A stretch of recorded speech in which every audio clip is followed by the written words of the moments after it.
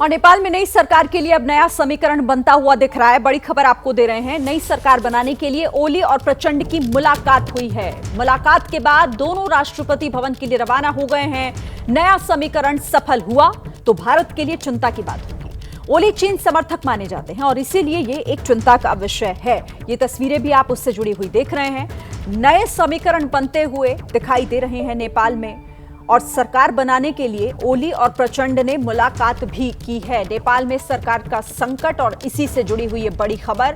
ओली और प्रचंड के बीच मुलाकात जिसके कई मायने निकाले जा रहे हैं। राष्ट्रपति भवन के लिए रवाना हो गए, इसके बाद दोनों ही, और नया समीकरण जो बनता हुआ फिलहाल दिख रहा है, जिसे अभी हालांकि देखना होगा कि किस तरीके से इस समीकरण पर आगे काम होता है। ये भारत के लिए चिंता बढ़ाने वाली बात होगी, क्योंकि आप जानते हैं ओली जो कि चीन समर्थक माने जाते हैं, इससे पहले उनकी बयानबाजी जो रही है, इन तमाम बातों को देखते हुए ये समीकरण जो फिलहाल नेपाल में नई सरकार के गठन की तैयारी के तहत देखे जा रहे हैं, ये एक्सक्लूसिव तस्वीरें आपके सामने हैं।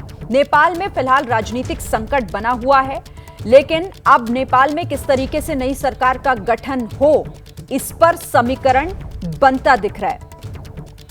सीधे मैं रुक कर लेती हूं। हमारे साथ हमारे सहयोगी संवाददाता दिबांग इस वक्त हमारे साथ जुड़ गए हैं। दिबांग, तस्वीरें सामने जी।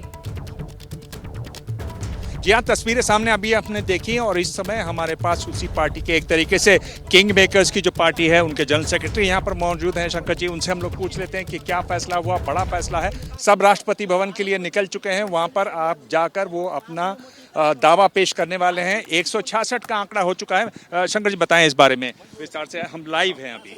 खासतौर पर नेपाल के जितने राजनीतिक दल है, नेपाली कांग्रेस के अलावा दूसरी बड़ी पार्टी नेकपा एमाले, माओवादी केंद्र, नया राजनीतिक दल है राष्ट्रीय स्वतंत्र पार्टी, राष्ट्रीय प्रजातंत्र पार्टी, जनता समाजवादी पार्टी और जनमत पार्टी और नागरिक उन्मुक्ति पार्टी के सांसदों की संख्या 166 पहुंचता है।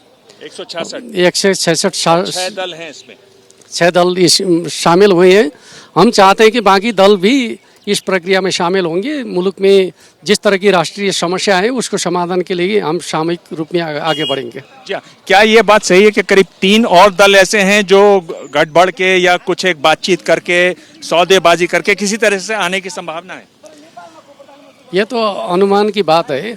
हम तो आग्रह करते हैं कि प्रमुख राजनीतिक दल नेपाली कांग्रेस भी इस प्रक्रिया में शामिल हों, राष्ट्रीय समस्या समाधान के लिए अग्रसरता लें। 138 की आंकड़ा जरूरी था, अब 166 का आंकड़ा हो चुका है।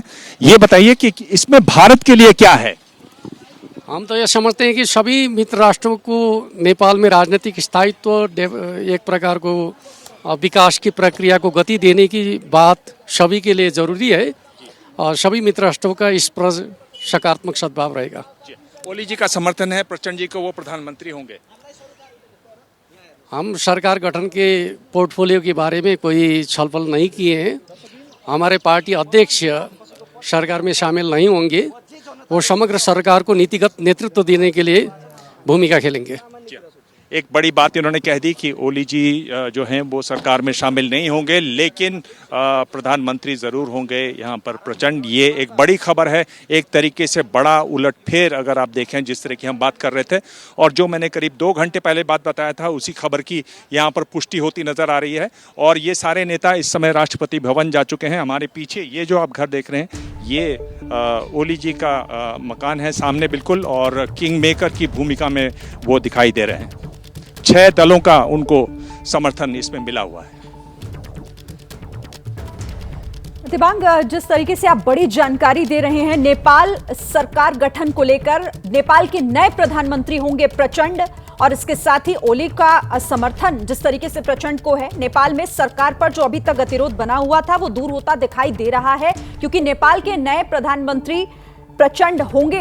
और देखिए, राष्ट्रपति भवन में इस वक्त, क्योंकि मुलाकात के बाद वहीं पर निकले थे दोनों, चाहे प्रचंड हो चाहे ओली हो, इसी से जुड़ी हुई ये बड़ी जानकारी है। यानी कि तस्वीर अब साफ होती हुई दिखाई दे रही है। दिबांग जी हाँ, बिल्कुल। बीच में ये संशय सा कहीं आखिरी दांव तो नहीं है प्रचंड का, लेकिन अब चूंकि सब मिलकर राष्ट्रपति भवन गए हैं, यहाँ पर मैंने बात की ओली जी से भी और प्रचंड जी से भी, उनका यही कहना है कि वो राष्ट्रपति भवन जा रहे हैं और ओली जी ने साफ किया कि वो सरकार में शामिल नहीं होने वाले हैं। वो एक तरीके से मार्ग निर्देशन करेंगे सरकार का।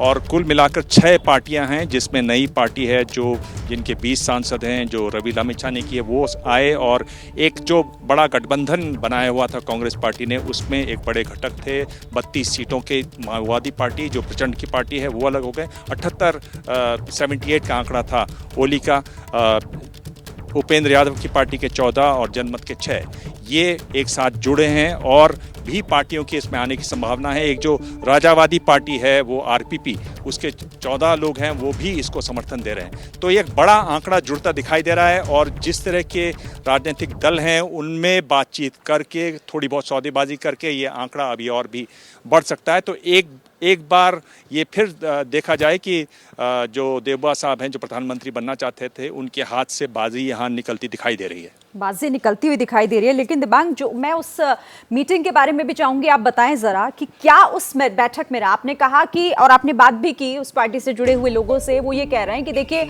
ओली जो है वो सरकार का हिस्सा होने नहीं जा रहे हैं। फिर उस मुलाकात के क्या मायने, क्या हुआ था उसमें? देखिए, ओली जी ने पहले भी कह दिया था प्रचंड जी को अगर वो चाहें तो प्रधानमंत्री बन सकते हैं, हम उन्हें समर्थन देने को तैयार हैं। प्रचंड की लगातार ये जिद थी जब वो नेपाली कांग्रेस के गठबंधन में थे कि वो पहले 2.5 साल प्रधानमंत्री बनना चाहते थे, जिसके लिए नेपाली कांग्रेस किसी तरह से तैयार नहीं थी। प्रचंड जी की अगर आप भूमिका देखें, जिस तरह की इस समय वो भूमिका में है, जिस तरह की उनकी स्थिति है यहाँ पर, ये बहुत आवश्यक था कि वो सत्ता में रहें ताकि वो अपनी पार्टी को बचाए रखें, ताकि वो जो चाहते हैं वो हो सके। तो इसलिए एक तरीके से वो उस बात पर अड़े हुए थे। दरवाजे सबके खुले हुए थे। ये भी कहा जा रहा था कि जो वामपंथी दल हैं, गैर वामपंथी दलों की एक कोशिश हुई, लेकिन तमाम कोशिशें होती रहीं। लंबी लंबी रातें यहाँ काठमांडू में रहीं, ठंड बहुत है यहाँ पर, और उसके बावजूद कोई रास्ता नहीं निकला। और सब जब दोपहर को मैंने यहाँ पर लाइव किया था, तब उसके बाद से जो नेपाली कांग्रेस की बैठक है वहाँ से सीधे सब यहाँ चले आए ओली जी के मकान पर, और ये बात बिल्कुल पुष्ट हो गई। हमने इसको सबसे पहले न्यूज़ को ब्रेक किया, फिर खबरें दी, तस्वीरें दी, जिनसे और ज़्यादा पुष्ट हुई। और अभी हमने नेताओं को एक साथ यहाँ हाथ हिलाते हुए, जनता का अभिवादन करते हुए, पत्रकारों का अभिवादन करते हुए देखा। यहाँ मैं नेपाल में देख रहा हूँ कि टेलीविजन वालों की संख्या करीब करीब उतनी है जितनी हमारे न्यूज़ दिल्ली, यानी कि नतीजों के बाद जो राजनीतिक अस्थिरता आई हुई थी वो खत्म होती दिखाई दे रही है और तस्वीर लगभग साफ होती हुई दिख रही है। दिबांग, आप आगे भी हमारे साथ रहिएगा। फिलहाल आपका शुक्रिया इस जानकारी और इस अपडेट के लिए। इस खबर पर एबीपी न्यूज की नजर लगातार बनी हुई है। क्या मजबूरी है मेरी, बताइए। मैं अभी आपको बताती हूँ कि मैंने ओए होए होए होए नमकीन के चटकारे लेते हुए टकटकी मार के डिबेट शो को पॉज रिपीट कर करके देख रहे हैं जोगिंदर जी। इनकी तरह आप भी देखें अपनी फेवरेट डिबेट्स को रिपीट कर और डाउनलोड कीजिए एबीपी लाइव ऐप अपने स्मार्ट टीवी पर।